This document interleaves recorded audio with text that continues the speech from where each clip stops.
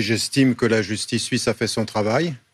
J'ai demandé à la justice suisse de faire une chose, à savoir d'oublier que je m'appelais Tariq Ramadan et d'oublier tout le poids médiatique et tout ce qu'il y avait autour de cette affaire. Et vous êtes les premiers au courant de ce qui s'est passé en particulier. 80% de la salle était remplie de journalistes français qui étaient là. Et donc, ils ont fait leur travail parce qu'ils se sont appuyés sur les faits, ils ont fait le droit, ils ont appliqué les principes. Et c'est de cela seulement dont j'aimerais parler aujourd'hui. Ce sont les faits et le droit qui font que la justice suisse a reconnu ce qui était la vérité, à savoir que j'étais innocent, ce que je clame depuis toujours et que je répète en France. Vous aviez finalement déjà été condamné par un tribunal médiatique, c'est ça, parce que vous parlez des journalistes? Par un tribunal populaire et médiatique. Vous savez, je viens de passer, je passe encore, ça fait 5 ans que ça dure et que c'est difficile. Vous avez vu la couverture médiatique en France, même après ce qui s'est passé en Suisse. On laisse entendre des choses qui sont absolument incroyables. Et donc, on fait toujours ce que je ne veux plus que l'on fasse. Personnalité publique ? Oui, la personnalité publique, je l'assume. Ce que je n'assume pas, c'est qu'on confonde une projection que l'on fait sur un intellectuel avec la réalité du droit. Parce que ce qu'on a fait, même quand je suis passé sur votre chaîne, on a tout mélangé. On a passé du plan moral au plan du droit. Et moi, je vous demande, effectivement, le plan moral, on va le laisser. On va reprendre ce que vous déclariez, c'est une énormité de vivre quelque chose en dehors du cadre du mariage, de vivre des choses qui ne sont pas islamiques. Ça, vous l'avez dit publiquement, vous avez menti là aussi. Il faut arrêter tout de suite de tromper sa femme, il faut demander pardon à Dieu et reprendre une famille saine. Mais écoutez, moi je suis dans un ordre transcendant, je suis croyant. Vous pouvez-vous décider que quand on est en contradiction avec ce que l'on croit, on est un tartuffe et un mauvais homme? Il se peut que non. Il se peut que, comme n'importe quel être humain, on a des idéaux. Mais laissez-moi terminer, mais vous êtes incroyable. Vous êtes curé ou vous êtes... attendez, pour le coup, le curé, c'est plutôt vous. Non, mais là, vous êtes en train de me donner une leçon de morale. C'est vous qui donniez des leçons de morale. Laissez-moi terminer et vous répondre, cher monsieur. Je dis que j'ai une parole qui invite à aller vers un certain type d'idéal. Il se trouve que je suis un être humain et que je suis faillible comme être humain. Et donc que vous avez failli.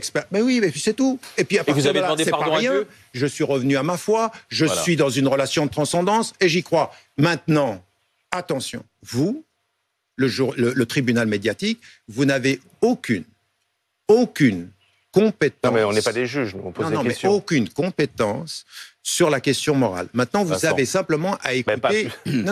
Pas plus que vous, puisque vous avez fait le contraire de ce que vous préconisiez. Je n'ai pas fait le contraire de ce que je préconisais. Si. Mais non, cher monsieur, j'ai dit... À la limite, c'est votre problème avec votre conscience. Vous êtes incroyable. Je veux dire, vous avez un idéal, et puis vous essayez de vivre au mieux, vous ne faites pas le contraire. Vous tombez parfois. Quand quelqu'un tombe, vous lui dites t'es nul, tu fais le contraire. Mais quand on dit aux autres, il faut faire comme si, c'est autre chose que... Non, je dis aux autres, essayez de faire comme ça, et j'essaye de faire la même chose.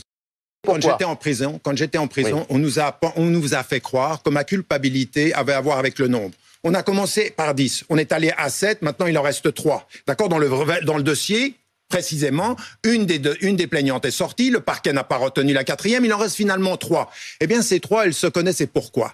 Parce qu'elles-mêmes, elles le disent. 2 des plaignantes, avant de porter plainte, m'annoncent qu'une 3e m'attaque. Que, en fait, ce qu'on veut, c'est me faire tomber. Pourquoi?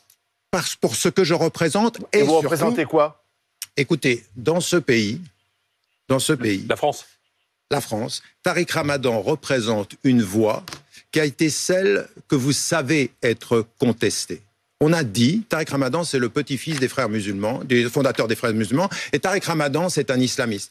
Mais la réalité, c'est que ce que j'ai toujours dit aujourd'hui à la France, vous ne vous en sortirez pas dans ce pays si vous ne considérez pas que les Français de confession musulmane ont les mêmes droits que vous et la même citoyenneté. Et donc ça, c'est ce que je dis depuis 30 ans. C'est une France aujourd'hui qui a un problème qui me cible parce que je suis musulman. Et parce que j'essaie...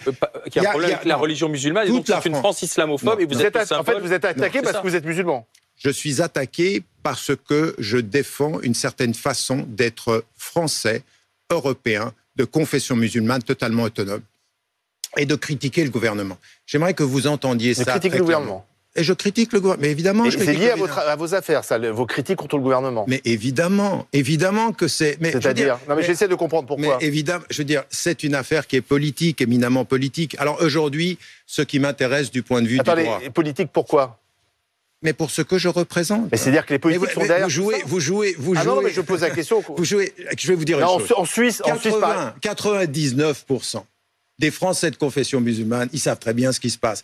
Et énormément d'avocats, de juges, et même vous, en fait, parce que là, vous jouez à l'innocent, au journaliste. Rien du tout, j'essaie de comprendre. Mais je vais vous dire, la réalité, c'est qu'on sait très bien ce que je représente dans ce pays. Donc maintenant, vous me posez la question. Attendez, parce que quand vous critiquez le gouvernement, la justice suisse, elle n'a rien à voir avec le gouvernement français. Donc là, je ne comprends pas bien le rapport. La justice suisse, que je lui ai demandé, je vous demande deux choses. Oubliez que je m'appelais Tariq Ramadan et faites du droit.